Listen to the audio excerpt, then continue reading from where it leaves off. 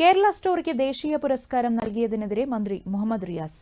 കേരളത്തിന്റെ മതനിരപേക്ഷത ഇല്ലാതാക്കാൻ ശ്രമിച്ചതിന്റെ കൂലിയാണ് കേരള സ്റ്റോറിക്ക് നൽകിയ അവാർഡെന്ന് മന്ത്രി കോഴിക്കോട് മാധ്യമങ്ങളോട് പറഞ്ഞു. കണ്ടവര് തന്നെ അതിനെക്കുറിച്ച് നല്ല അഭിപ്രായം പറഞ്ഞിട്ടുണ്ട്. സ്ക്രീന് കുത്തിപ്പൊട്ടിക്കാൻ തോന്നുന്നു എന്നുള്ളതാണ് കേരളത്തെ സ്നേഹിക്കുന്ന മനുഷ്യരാകെ പറഞ്ഞിട്ടുള്ളത്. അത്ര വൃത്തികേടാണ്. കേരളത്തെ അപമാനിക്കുന്നൊരു ചിത്രമാണ്.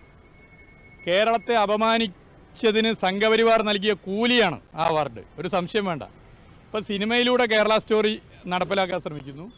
ചിലർ ഉന്നത വിദ്യാഭ്യാസ മേഖലയിലെ പാഠപുസ്തകത്തിലൂടെ കേരള സ്റ്റോറി പഠിപ്പിക്കാനുള്ള വലിയ ശ്രമത്തിലാണ് ചിലർ നടത്തിക്കൊണ്ടിരിക്കുന്നത്. അജാതി കഥകളും അജാതി സിലബസും സർവകലാശാലകളിൽ കുത്തിവെച്ച് കേരള സ്റ്റോറി മോഡൽ നടപ്പിലാക്കാനുള്ള ശ്രമത്തിലാണ് ചില ഉത്തരവാദിത്തപ്പെട്ട സ്ഥാനത്തിരിക്കുന്നത്.